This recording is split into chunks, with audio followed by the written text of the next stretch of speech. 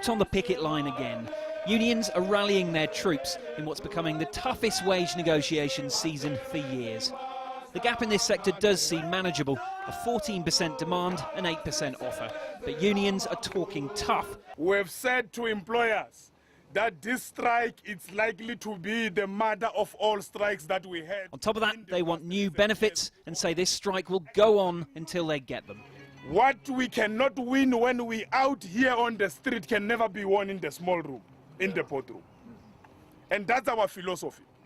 The only thing that employers understand better is unity of workers in purpose.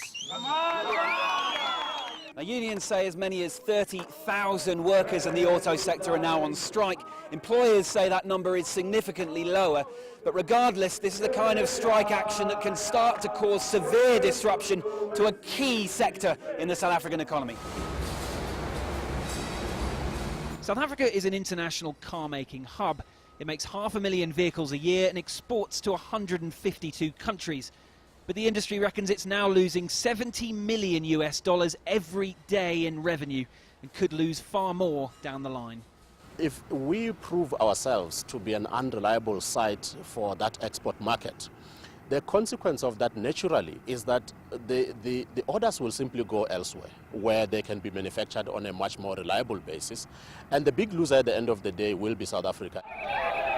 Though last year's chaotic and often violent unrest in the mining sector hasn't really spread, there's still a feeling among labour analysts that it marked a watershed and that it indirectly damaged support for the ruling African National Congress.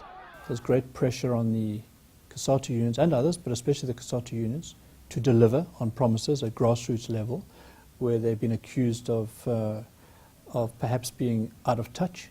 So you're seeing an increased zeal across the board.